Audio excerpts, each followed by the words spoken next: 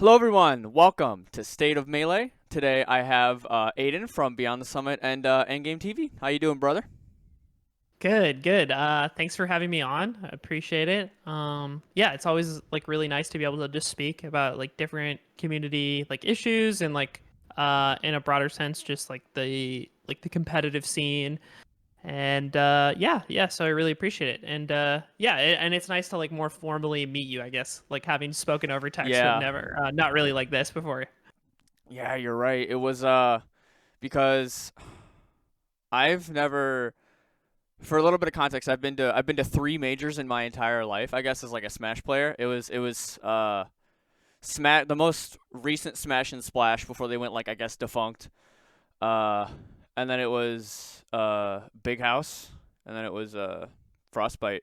So we never had like the opportunity to cross paths, I guess. Yeah, I guess that's funny because like of those events I haven't, Smash and Splash is the only major that I've never made it to. I canceled my trip to Smash and Splash 3 years in a row. Um, Really?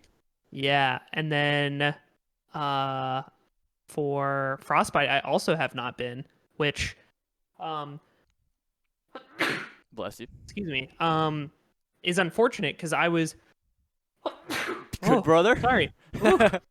Which is unfortunate because I was actually planning on going to like whenever the next one was. Because like as far as ultimate tournaments go, like I've competed in ultimate events like here and there, and a lot after the game came out, and I was only really interested in going to that event in terms of ultimate only majors. But I'm not really sure, like, with COVID and with like what Vaseth is doing, like when the next one will be. But hopefully there will be, and I'd love to go to that one. Yeah, I always had a great time. Because my friends went to uh the ones before that, and they were always real nice. Even if that venue is a little small for what they're doing, I mean, it's just like they got big numbers, and I guess they got the venue. Well, whatever. Yeah. So what I want to get into first of all, directly is like, so the idea that online events are the only thing that we can do right now, and so basically we've gotten really good at running online events, right? Yeah, We've yeah, we found ways to seed and run 1,000-person brackets, all online because we have theoretically infinite setups, right? And so Trading Mode Tuesdays, right, runs the ladder events and other events like that. And so do you see when we get back to in-person events how because we can't just like drop what we've been doing with online events, right? When you have theoretically infinite setups and you can do wacky formats, how do you see that integrating into in-person events when we get back? yeah. I think that's a really good question. We actually got to discuss that a bit between some TOs on like a panel during 5 days of Melee, and that was one of the more interesting discussions we got to have among that group. And there was like a unanimous agreement that online events need to continue in some form even after we're allowed to have in-person events again. I think they, just offer a lot of like utility to the scene. They're easy to like pop up in a way that like traditional locals are not. And I think the quality of online play is just so high. It would be a shame to not continue online competition in some capacity, especially when a lot of players don't have the ability to like travel super frequently. I think people have different ideas for like how they will tie in to in-person events, but personally, I think the big thing will be the advent of ranked, if that is ever released. And I think the big thing with ranked is that if you have like official, like verified rankings attached to accounts, say it integrates into your Smash GG account somehow, or that information is just easily accessible, I think you can layer like the tournament structures of majors to build around that and give people like more matches that are similar to their skill level, and then allow people to like climb through the event if they really are like a top performer. So the idea that I've had in my head for a long time has been like, say the rank system exists, say there's like a bronze through diamond or whatever, and then you show up at the super major and you go into like the bronze or the silver bracket or like event. And then if you're a bronze person who performs really well, then you have a way of like getting up into the silver tournament at that event, and so on, until there's like some sort of like top cut of the bracket that you can make it to. This is like in principle, this is like very similar to the waterfall format that the 64 community has done at a lot of their majors. Mm. And through their own success, people have been really, really happy with that format. I think like there's a couple downsides here and there, but coupling it with something like a ranked system that everybody will be playing at home, I think that is like one example of ways that like online play can integrate into in-person tournaments. The other thoughts that I think I have is like figuring out where online results like factor into seeding or not. I think that's something we're gonna have to like kind of cross at some point. I think with lower level players, inevitably online results are going to have to count or be considered for something. Um, but I think yeah, I think that mainly the idea of like ranked influencing and improving the open competition of majors is something that I have in mind. Yeah, and so what that would be, you reference like the waterfall system. So you would integrate ranked into a waterfall system. That would be like the main bracket, I guess, or would you do it as like a side thing? Because I think it would be like ideally, I think it's the main tournament because like anytime you make something like a side event or you take a format and make it the side event, it just immediately loses a lot of its like luster and appeal because it's not the peak form of competition. So like one thing that people did for a long time was that they had ladders as side events at their tournaments, which I don't think is a bad thing. I think ladder as a side competition is a great way to fill people's time. It's still relatively competitive. But I think at the core of it, it's not the bracket that you showed up to the tournament to compete in. And that was why with Don't Park in the Grass, we really wanted to integrate a format that allowed people to play a ton of tournament relevant matches. And we used the ladder to feed back into our main tournament at that event as a way of like redeeming your pool's loss. And I think it was received really, really well. I think it offers a lot of like flexibility that a more strict format um like dropping people into pools automatically does not like amateur pools for example. mm, um and I think like by integrating that ladder experience into the main tournament, it made it all the more like meaningful and appealing. And I think honestly at that tournament at Dome Park, we didn't get a single piece of negative feedback. I cannot really? think of a single one. The only Wow. time we've gotten negative feedback with that format is the two times we tried it out at one day events, which I would not recommend. I think like there's a problem with that it's hard to fit into a 1 day schedule. It just doesn't work very well. But at a major where you have 2+ days to work with, I think that is one of the best formats that's ever been implemented at a Smash tournament. And I think that speaks to like your question in that when we talk about like integrating like ranks or online play or like other factors into shaping the formats of these tournaments, making that a side event or a side thing to the main event and then having the main event stay a traditional double elim bracket kind of like defeats the purpose in my mind. Like it's Hmm. you should be willing to take a risk and shake up this like very old outdated format that does not have a lot of appeal and I think alienates a lot of lower level players, especially in a game that's like as aged and as evolved as Melee.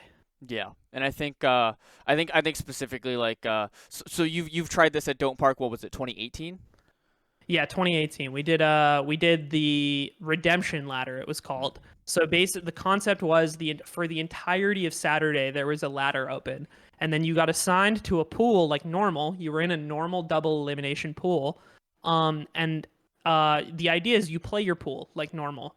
But at any point during the day, either before the pool or after the pool, you could enter the ladder. There was 12 hours of time where you could play in the ladder. And which would far exceeded the amount of time that pools even ran, Mm. and to give people ample opportunity to make up for their pools loss no matter what time they played at. And then you could sort of like hedge your bet of whether or not you would be eliminated if you wanted to play the ladder in the morning before your pool as well. Um, so basically you competed in your pool, and then if you make it out like normal, you're in the bracket. You're in top 128 the following day, and that's it. You made it out of pools like you normally would. But if you got eliminated from your pool, you could play it in the ladder and try to get one of 16 spots in top 128 the next day that was up for grabs through the ladder, and you needed to place in the top 16 of the ladder in order to get that. And then people, like grinded the ladder the whole day Mm-hmm. trying to get one of those spots in the bracket the following day. And competition extended like well beyond the normal hours. I think we had over like 1,500 matches, I want to say, just in the ladder. And yeah, it went really, really well. And I don't think we really had, yeah, like I said, I cannot think of a single complaint we had at that event. And it really solved a lot of the problems in my mind of like kind of the normal attendee experience of showing up to a major, going like 1-2, and your tournament experience basically being over in 45 minutes. Mm-hmm. Um, which is what I wanted to solve.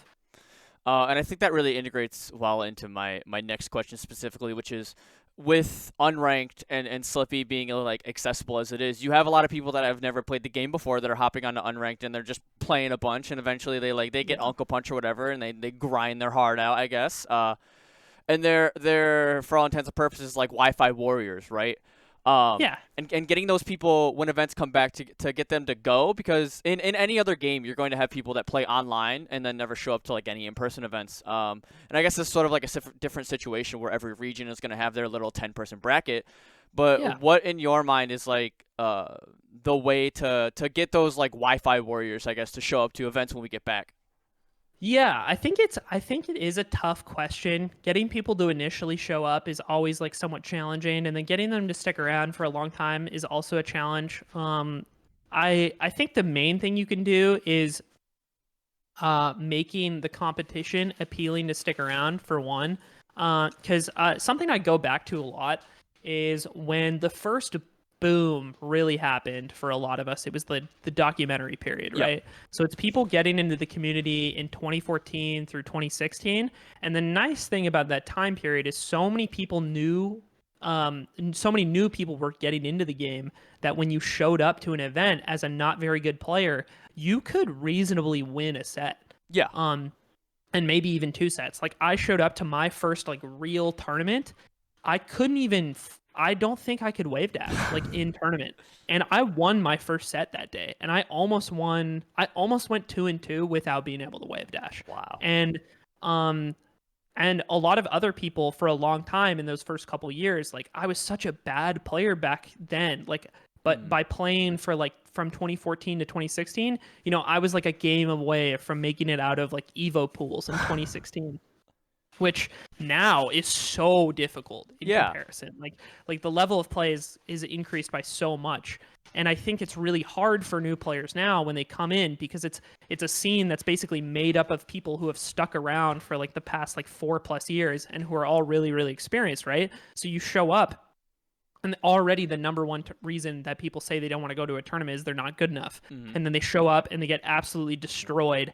And for a lot of people, that's, they don't take that in stride. And the immediate response from like hardcore people is often like, get good. Yeah. But if you want the community to like actually grow and like sustain itself over a long period of time, your answer to that can't be just get good. You have Yeah. to do things to facilitate the growth of those players while also keeping in mind that a lot of those people saying get good who got in around like 2014, let's say, had the privilege of entering the scene when it was way easier to be successful. They Yeah. don't even know what it's like to come in with no skill and Mm. get dominated. Because like right now, I think you could, or like right before COVID, you could go to locals for like a year while you're improving and still be going 0-2, 1-2 because the only people going to locals were like real tryhards, right? And real people had like stuck the game out for years.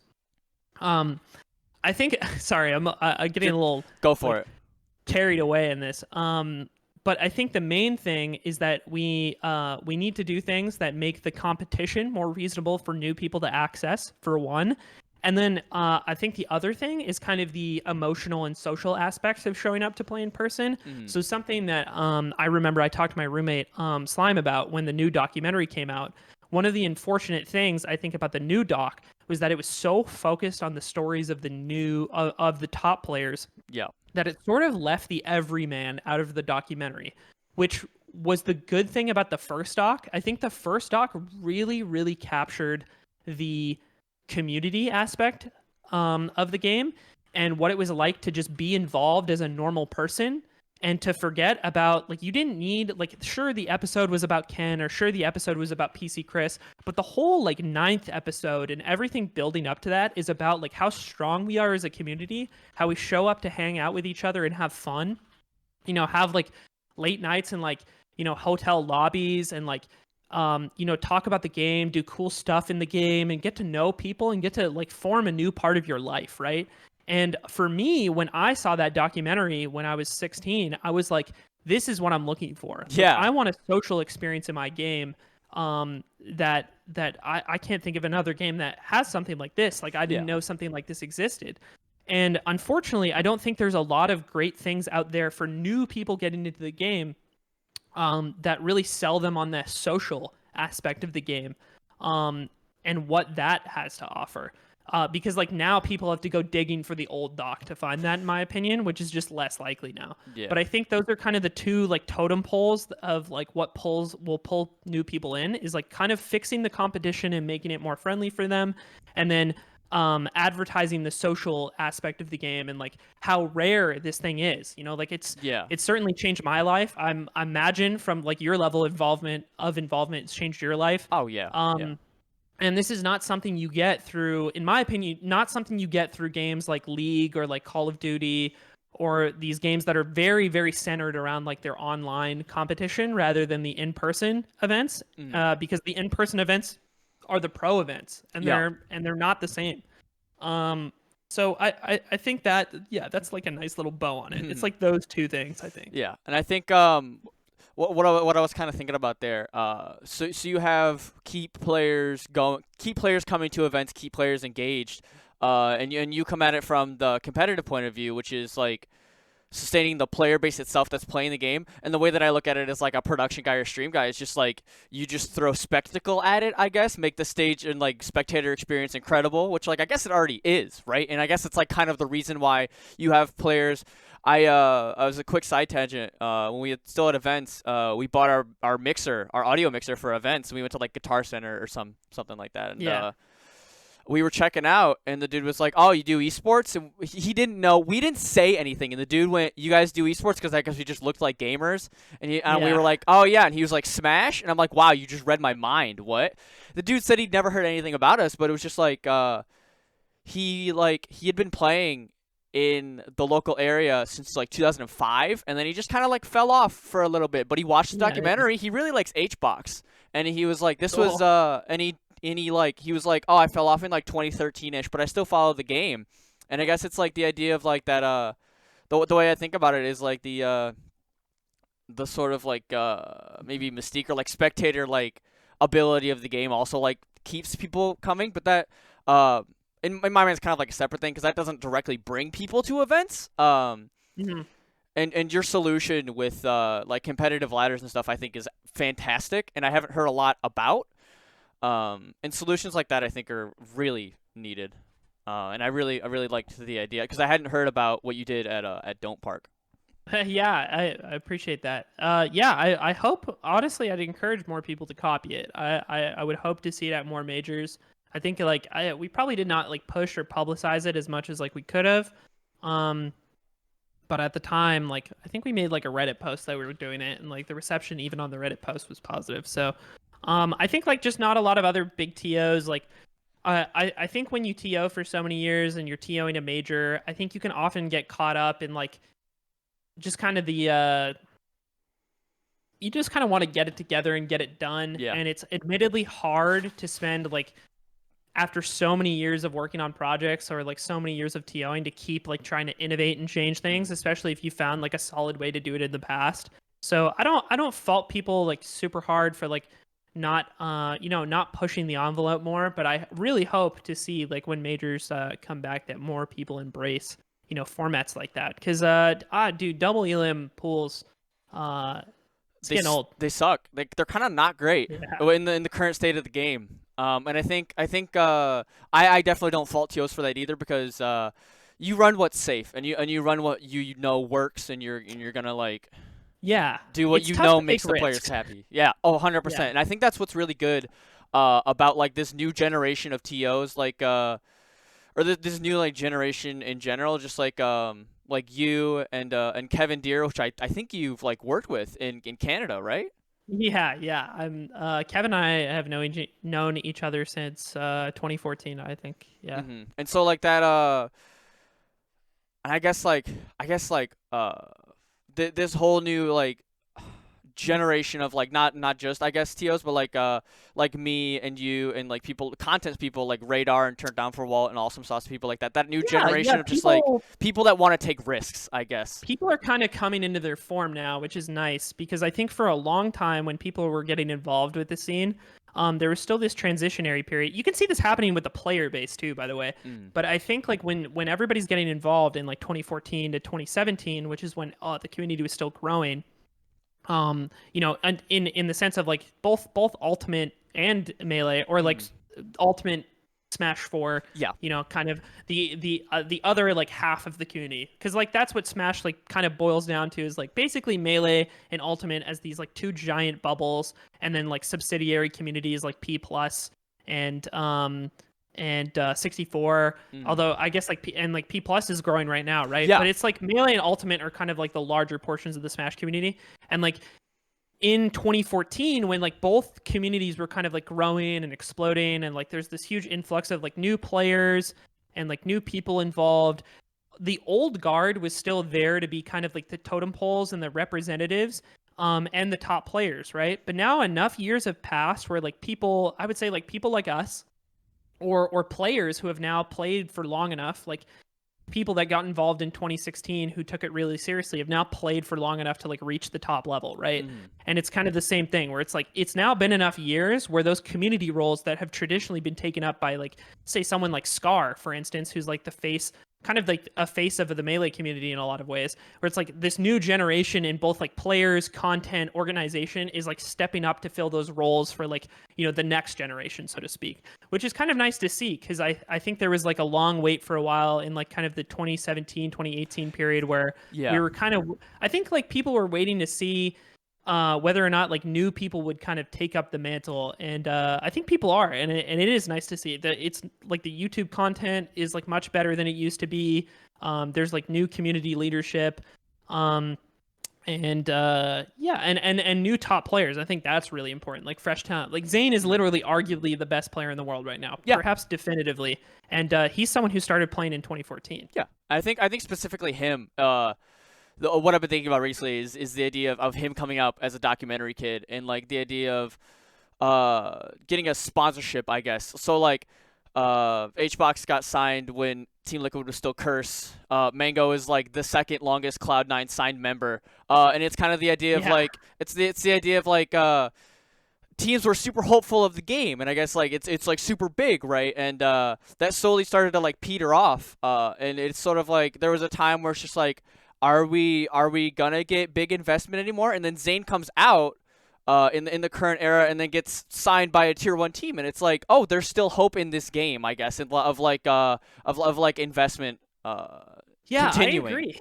Him actually getting signed was a big marker for the scene in a way that I feel like was overlooked, because his sponsorship with Golden Guardians, with this like tier 1 team that has an LCS spot, um is a sign that you can still make it in Hmm. Melee, right? Yeah. It's like Melee is still an opportunity to, if you work really really hard and you make it to that top level, the game is still big enough and still like sustainable to a point where these tier 1 orgs will be interested in you, which it was a really really good sign, because I think up until him it had been so long since It was like a top level organization had signed a player. Like None and I honestly, UIU, I think. I mean it's, because even then I don't know if I would consider UYU like a top tier organization, Sure. right? Like we never saw, like, when I think about it, like we never saw like a Fnatic come in and sign Yeah. somebody. And I think like our top echelon was like stagnant enough for long enough that it became like worrisome. Like if somebody new does reach the top, will the team even be interested Hmm. anymore? And Golden Guardians like kind of proved that, and Zayn proved that there still is enough interest. I think even more recently with like Ginger being signed to Luminosity in Yeah, like that this one was COVID era. huge. That one specifically is like he's a top 20 player, top 10 player now, and he's making content like in the COVID era, and he gets signed, and I think that specifically is like as big or if like not bigger because of the current times that we're in without in-person events. Yeah, yeah, I totally agree. I was not necessarily, I don't know if shocked is the right word. I would say more I was like really happy for him because I think Yeah. like he's been kind of on the stream and practice and like video grind for so long, and I think he's developed like a good following and has worked really really hard, and to get signed or like picked up by an org like Luminosity was a really good sign for kind of like I don't want to like insult him by calling him like a tier 2 player, right? But Hmm. traditionally the tier 1 orgs have kind of sought out players that are kind of like in that top like 6 7 Yep. echelon, and to see someone who's like maybe like top 10 right now, to see him get picked up lower down the list like bodes well for the scene as a whole. And I was really really happy to see him get signed because I think he really really deserves it. Yeah. So let's. I like this topic, but I want to get back down to like I guess the local Sure. level. Yeah. So what is your idea? So sort of like a quick prediction take of like what attendance is going to be. After I guess we get back. Whenever it's safe to get back to locals, whenever it's safe to get people into venues, what do you think the attendance is going to be like? Yeah, this is an interesting question because I feel like it is a bit of a toss up because I think there will be sort of a weird transition period where people are still confused about whether or not it's chill to go to stuff, or you have to balance out the fear I think some people will have of like, even if the population is 80% vaccinated and like things are like good to reopen, some people will just not want to go to stuff still. So how do you balance that out with kind of like the fervor and desire to like go out and like do something again? Personally, I think the numbers will be higher at the first majors, or at least the majors as a trend after like COVID is over. Hmm. I think locals are going to take a hit or be pretty stagnant, other than like right when they come back maybe, and people will be excited to like visit and show up and hang out. But then it'll like fall off quickly because like I think locals are going to run into the same problem they had before, where it's just so much easier to stay at home and play Slippy. Yeah. And now that the quality of life is like higher, I hope Ultimate locals blow up again. I think they're in a good spot where like that scene is just so hungry for LAN events again Yeah. because like online just sucks. And like their numbers were absolutely bonkers before COVID had started. So I really hope that they get to come back to their numbers being good because like kind of in the game's prime, they had this like really unfortunate pandemic hit, right? Yeah. Like Ultimate's like prime year was going to be last year, Yeah. in my opinion, and like they just kind of lost the momentum. So I hope when locals come back, they hit the locals hard, and I think like online sucking will kind of like fuel that. Um, for Melee, I think it's gonna be really rough because like I think like past like the first few weeks and like the social aspect being cool again, I think like online is just super good. Like online was already like okay enough to not go to locals before, um, and now that it's like really good, I think it's gonna be harder to convince people to go out. The majors, I think, are gonna see because like the nice thing about the majors is from what you could see before, even as the numbers were starting to decline in like the end of 2018, was that locals were like really had really bad attendance. Um, but then majors had kind of like stabilized Hmm. and like could still hit like 1,000 people for like a single melee tournament, for instance, and like more for ultimate, of course. Um, and that was like a really good sign because now when we come back, it's like that we have the status of the community as it was before, who are probably all willing to attend stuff still, plus all the influx of new people that are able to access the game through this like wonderful tool to play online that we've been given. So I think, and then you add in the mix, like people haven't been able to attend anything for over a year, and I think like the first few big majors back, people are going to be really, really hungry to play. I want to talk about coaching for a little bit. Uh, Sure. it's sort of like it's a little out there, but I want like opinions on it, I guess. Yeah. So summit events in person, they basically you would what was the rule? A plus one sort of like you were able to grab one player was able to grab one coach, and I think my Yeah. main question is uh, do you think we're gonna be at a spot where in future in Melee where players are not treating they're treating coaches more like coaches and not plus ones, I guess. And I where do you I guess specifically to add on, uh, with the infrastructure, the data infrastructure of Slippy is better than it's ever been, and so there's yeah. more analysis tools than there are have ever been. And so do you think coaching is going to become more prevalent and then lead into, I guess, something like Summit, players treating coaches more like coaches? I I don't know if coaches are going to be more prevalent in like this in terms of like serious coaching. Like I actually don't know if this is true or not. There was always like that rumor that like Crunch had like a spreadsheet of like percents or like follow-ups or something for HBox, and like it was like all the possible follow-ups on like different situations they analyzed and stuff. I just heard this at some point. Mm. And if coaching like HBox is probably the most prominent example of like a successful coach, right? And for other people though, I just don't know if like coaching like to that like degree is really going to catch on. I think it's difficult in a scene that doesn't really like have a lot of like funding or like money in Mm. it. I do think that coaching in a broader sense is more accessible through some like recent initiatives, like in particular Cone's Academy like sticks out, Yeah. where he's like gathered a lot of top players to offer coaching through a Patreon together, and it's sort of like a shop for coaches. Drug Fox has been coaching full time for like a few years, I think. And then like Leffen offering coaching. So I think that type of like coaching at home and like analysis, and using tools available to you through Slippy and Uncle Punch and other things like that is probably going to increase because there's just a lot of players interested in getting better and the tools are there and people are thinking about how they can monetize their career in Melee a bit better. However, like formal coaching, like at majors, um, I'm not so sure. Like even in the summit environment, right? Of the people that like had a coach come, a coach, Sure. Yeah. um, I don't know how many of them like took coaching that seriously in the end. Like I think it was more used as for a lot of people, it was probably more used as a tool to like get into the event, if I Sure. may. But it's Yeah. like it was just hard for us to screen for that, and we're probably going to change our policy around that, like going forward. Just like we haven't had an in-person event to like really reach a solid conclusion on it. Sure.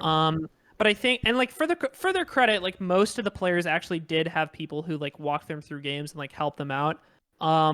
But I think the number of people and the number of coaches who took it like super seriously was it's kind of a mixed bag. Someone to their credit who was a fucking amazing coach, now that I think about it, was Kalindi, who had like he had Evernotes on like an iPad of like different Fox situations and like gifts to go with them that he could like point out and like walk through stuff with Leffen. It was honestly a fucking incredible setup now that I think about it. Um, and I hope to see more of it, but I think it is difficult to get that sort of consistent formal coaching in just the way our scene is structured. Mm. Okay. And do you think I guess sort of answer, but like do you see that changing like at all? I think that I think it's unlikely we see more signed coaches like Crunch. I don't think that's Mm. very likely. I don't think the ecosystem can really support it right now unless like the game goes through like some sort of additional explosion. And it's hard to say because like we don't know what the numbers are going to be like post COVID in terms of like attendance or viewership.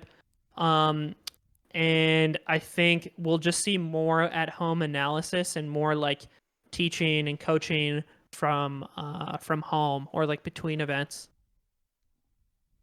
Yeah, I like that idea. So moving to, I guess, I want to talk a little bit about international scenes. I don't know Yeah. if two dudes from North America are the best to speak on this, but I do want your opinion on it. So with Slippy being as good as it is, where you could theoretically have cross country play, and I guess the rise of data analysis tools like that, and you're able to study more than you ever have. Do you see, or I guess, what is the future of international scenes like when Sure. not necessarily even when events come back in person, or what's it going to be like in the next year or year and a half or so? I think it's looking good in general. Like this making Slippy like making Melee accessible, like more accessible to play by using Slippy is a good thing for those scenes, right? I've heard like little rumors about like the Russian scene benefiting from this, for instance. Like the Yep. Russia didn't really have a scene before this, but like now there's Russian players. Um and it's letting like people connect in like regions like Southeast Asia in a way they couldn't before. Um, Same goes for South America, as far as I loosely understand. And then like Europe's probably doing like if you look at it as like a holistic regional scene, I think Europe's probably doing the best right now, where Europe they is have doing like very well. Yes. yeah, they've probably like they've built out a lot of like interesting like newcomer infrastructure. They have like a circuit. There's a lot of reasons to be a competitor in Europe right now. So they're doing a great job using the tools available to them and through the community initiatives they've done. Um, I think that we'll see like scenes like those like at least grow in the short term, and players in those all of those scenes get better because of like the tools available to them. I don't know if they'll necessarily like scale up to match North America, just because like North America also has access to the same tools, and like the Sure. level of skill is so high here. I think you can already see in Europe that a lot of the guys who have been playing for the past like few years and have been kind of on the cusp are getting very, very good. Like Pipsqueak, Frenzy, Solo Battle, like all come to mind. Um, like they definitely have some top talent that I think when they get to clash with NA, they're gonna do really, really well. Um, as far as like the other scenes, like it's kind of a toss up. Like the only other scene that I think really has a shot at like top 100 level play is Australia, and Mm. you're looking at like I mean if I like some of my best like Smash friends are like in the Australian scene, Yeah. so I'm not trying to like do them dirty, but there's probably like three players in Australia that can like contest top Yeah. 100 level players, right? And it's I know Sora, like after COVID restrictions end, is planning on like grinding really hard and like coming to the States. Hmm. I don't know where Spud is like at with Melee right now. I know he's like really just been playing Ultimate this past year. He became one of the best. He's become the in his own tier by their PR, the best player, Ultimate player in Western Australia by a long shot over Wow. COVID. He's like, because he just doesn't. I think like he just doesn't have anybody to like compete with in Melee over there, and like he's Perth is so far away that even like Slippy doesn't really help him. Because it's like even to Asia, like even if he wanted to play somebody in Japan, the ping is just super unreasonable. Yeah. Um, so I think it's like it depends what perspective you're looking at it. Is like if is this magically going to produce top players from remote scenes? I wouldn't count on it. But I think like of the international scenes, like um Europe's looking really solid. I think Australia has like a renewed chance to like maybe produce a couple more players. Like the people that come to mind at the moment are like Sock and Sora, basically.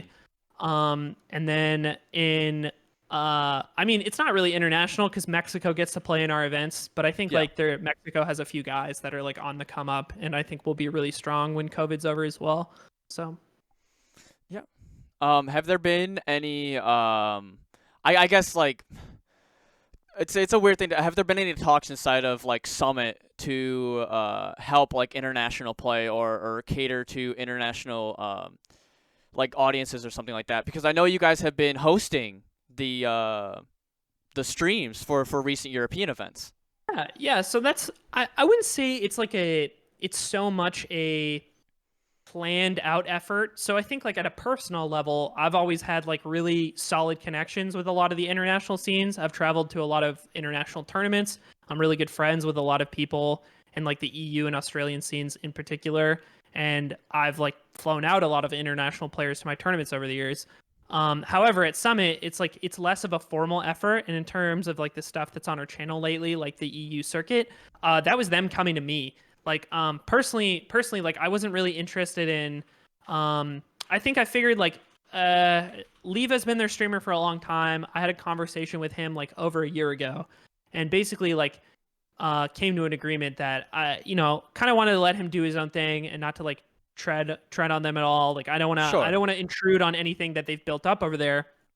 Um, and let them kind of do their own thing. And when they planned this circuit, they approached us and they were like, "Can we do this on your channel this time?" And we're like, "Yeah, like if you want to do it on ours, absolutely." And then in the shorter term, on Sunday, we actually have a tournament in Mexico. Well, an online tournament in Mexico coming up. I believe it's La Gema. Yeah. And that's oh no, that's the org. La Gema is the organization. Yeah, okay. But they have a tournament on like this Sunday on our channel, and that was them reaching out to use it as well. So we're happy to accommodate that. Like when people reach out and ask and like want to use our channel on an available weekend, there's no reason to say no, basically. And we're happy to give those scenes like opportunities to like grow themselves if they can use it. I think the only other thing we talk about is like giving international qualifiers a chance for like summit events. So like making sure just international players have a chance to get to summit. That was a big thing we had planned, especially for Ultimate Summit 3. We had a few international qualifiers we wanted to do. And then it was just, obviously got sidetracked by the pandemic. Yeah. So that's basically the best we can do, like is like make sure that like at our high visibility events, like top players from international scenes can get a shot. And that's mostly what I'm concerned about and like the best thing that I can offer. Because if they earn that spot, then we can fly them out. And that's kind of a rare thing for them, I think, is like without a compendium, most of these guys like can't really afford to get like flown out to anything. Yeah. As a little closing statement, I guess, where do you see Melee going? Disregarding, I guess, in-person events, where do you see it going in the next few years, and what do you want your part of that to be? That's an interesting question, man.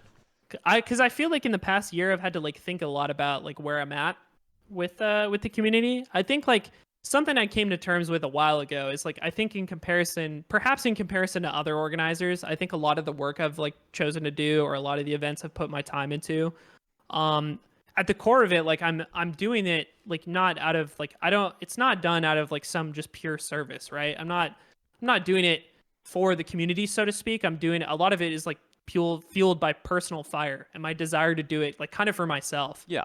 And I've had to like grapple with that in the past few years as that fire's like died down a bit. I'm a little less like hungry, a little less like angry and like trying to prove something now that I feel like comfortable with where I'm at. Hmm. And now it's more about like seeing like now that I'm in a position where I have a little more like freedom to put together projects that are, I guess, like unique and interesting and large and important to the scene. What special things I can do with the resources I have available to me over the next few years, to keep the scene like strong and give like big like spectacles that are like fun to tune into, are important in keeping the scene like relevant and are good for like players, are good for spectators. I think that's one thing that's really important to me when I put products together is like I know I just said like a lot of me putting stuff together was for me, but like Sure. putting together a good product means delivering something um that is fits the values of all the participating parties. It's not I never want to be like I never want to create a Smash tournament that's about like catering to just like the sponsors or just the viewers at home or just the people in person. I want to make sure that I build something that's like unique and important to everybody involved. And I think I just like aim to keep doing that over the next few years. Like I have no plan of like exiting. Like I don't want to leave. This is such a huge like part of my life. Hmm. And I just really, really now that I've gotten to where I'm at, like want to use like kind of the resources and like power, if you want to call it, to like put together really cool things for the community that I wasn't able to before when I was a college student who had like less money and just only ideas really and like Yeah. time. I really like that, and I like the idea of that fire coming like from within instead of like a greater need for the community, I guess, because the way you phrased it is, I think, totally correct. It's the idea of I like this scene and I like these people, but there's something inside that's just like I want to make something, right? And I Yeah, want to yeah, do exactly. something. I think it's an interesting topic because I think a lot of people do talk about the community aspect, and the community is very, very important. The community, the camaraderie, the social aspect is like integral to the scene and like integral to my personal relationships and my personal happiness. But in Hmm. terms of like creative events, I think like if your sole reason for putting in a lot of work is the community, I think it's really hard not to burn out. And as I described my own fire going out, but I Yep. think you need to be fueled by like something internal. You need to have something to prove to like really deviate from like the status quo and like put something new together. Like I would never have like tried to create a new format, if you will, if I hadn't like thought that other people's events were worse and I wanted to like prove something. Like that's at Yeah. the core of it, right? Is like Yes. I'm sick of things being done this way and I want to prove that it can be done better. And like that's why I did that. Or like Hmm. that's why I put like my events or like together. And I think if you're doing it off of like kind of like community pleasing and off of like kind of like the thank yous of the people around you, I think like oftentimes it's hard to be fueled by that forever in a way because it's like a lot of people don't say thank you. A lot of people leave their trash all over the fucking venue and like Yeah. so when you're counting on like that to be the fuel for your fire, I think it's like a lot more difficult to TO consistently over years. But you know, person to person, like what motivates people and what motivates TOs is very different, and that's just like kind of how it works for me. Yeah. Yeah, I remember you saying at some point it's just like the main driving force is this isn't as good as it could be. I can do better. And it's sort of like Yeah. I think I tweeted something out like, "Oh, you tell him, brother," because I feel the same way, right? And I think going back to like that new generation of content and TOs, I think that's where we're at, right? And Yeah, I there's think just something yeah, to prove, right? And that's how anything evolves is like new people bringing a new perspective to something with a lot of like burning passion who see how it can be changed. And oftentimes like the old guard in whatever the task at hand is, did a lot of like innovating in their own right. You know, if they were the first person, you know, if you were the first person to host a major at all, right? You had so little information to work from and like base something off of, right? But we have all these tools and like kind of the power of hindsight to look at things in a different way and then produce things from what we know. And that's just how anything evolves. So I think it's like a very natural process and it's um I don't know. It's something to like look forward to in a way. It's like what can we as like the new age community members who, you know, for everybody that got involved in like 2015 to 2013 in my eyes, like it's you know, we're verging on like what we used to call old school. So yeah. how can we be the people that like carry the scene now? And I think that's like an important question we all have to ask ourselves if we're like some sort of community leader, I guess. That's a very nice point to end on. Aiden, thank you for joining me. Any final remarks or anything you like? I guess want to say to this like anyone that wants to get started and to do something, and I guess to like push those barriers. I think uh in hmm in general, if you're someone who's involved in the Smash scene or esports, I think if you see things that you don't like or you think you can improve on or you think you can build and you think you can create something, uh go just kind of go for it. I think the biggest thing that impedes people is like kind of talking about things and then never taking the jump and never starting the process of working on something.